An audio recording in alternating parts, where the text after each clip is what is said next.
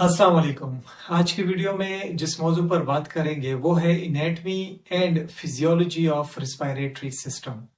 Respiratory system एक बड़ा complex network होता है और ये नेटवर्क मुश्तमिल होता है ऑर्गन्स पर, टिश्यूज पर।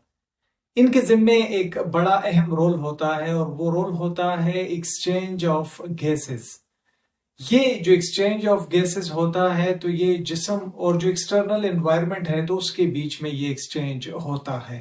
अभी आने वाली स्लाइड में हम इसी एनाटॉमी और जो फिजियोलॉजी है उस पर बात करेंगे रिस्पायरेटरी सिस्टम के। तो शुरू करते हैं। पहले नंबर पर है नेजल कैविटी। नेजल कैविटी सबसे पहली जगह होती है रिस्पायरेटरी सिस्टम की, जिससे रिस्पायरेटरी सिस्टम शुरू होता है।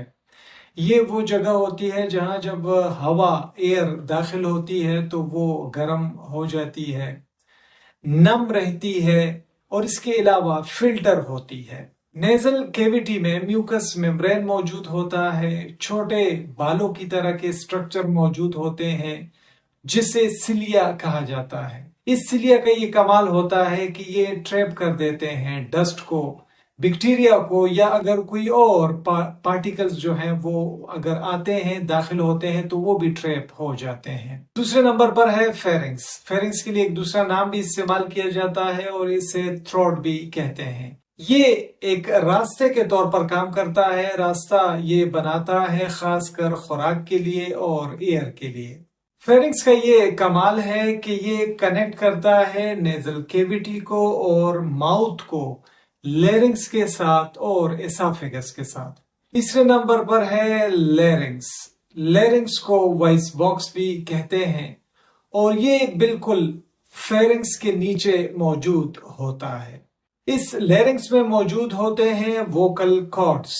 ये वाइब्रेट करते हैं, साउंड को प्रोड्यूस करते हैं, खासकर उस वक्त जब बंदा बोल रहा होता है। इस लैरिंक्स का एक दूसरा भी बहुत बड़ा कमाल है, वो ये है कि ये फूड को और लिक्विड को जाने नहीं देता एयरवे में, खासकर उस वक्त जब हम खाना निगल रहे होते हैं या जब हम पानी पी रहे होते हैं। चौथे नंबर पर है ट्रेकिया। ट्रेकिया के लिए एक दूसरा नाम भी इस्तेमाल किया जाता है, इसे विंड पाइप भी कहते हैं।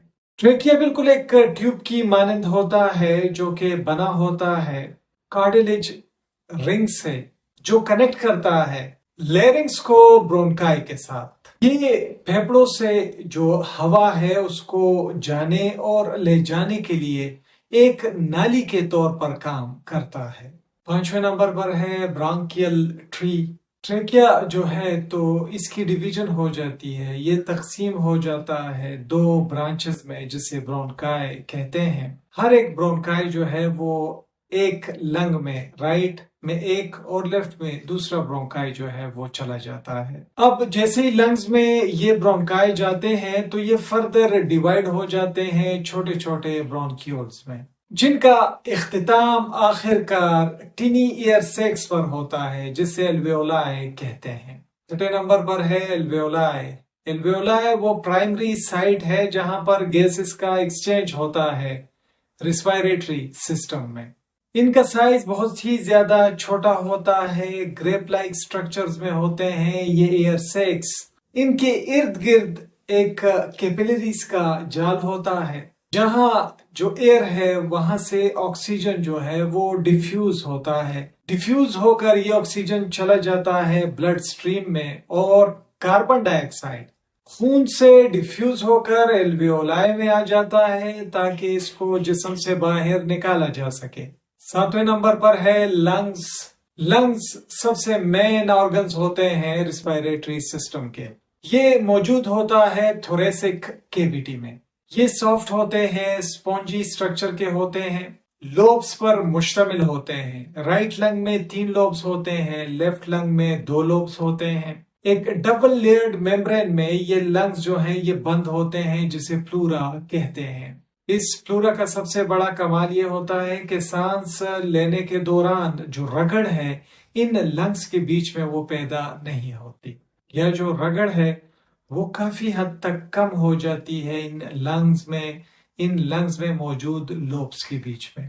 8वें नंबर पर है डायाफ्राम। ये एक डूम शेप्ड का मसल होता है जो कि मौजूद होता है लंग्स के नीचे। ये थोरेसिक केविटी को अलग करने में मदद करता है एब्डोमिनल केविटी से।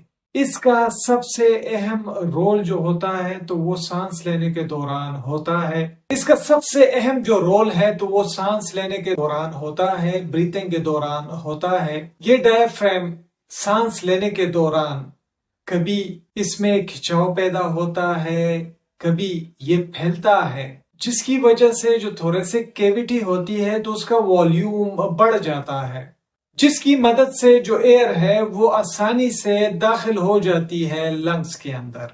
डायफ्राम जब रिलैक्स करता है, खासकर उस वक्त जब सांस को बाहर निकाला जाता है, इसकी वजह से जो वॉल्यूम है वो कम हो जाता है थोरेसिक केविटी का, जिसकी मदद से मदद मिल जाती है कि जो हवा है, जो एयर है वो बाहर को निकल सके।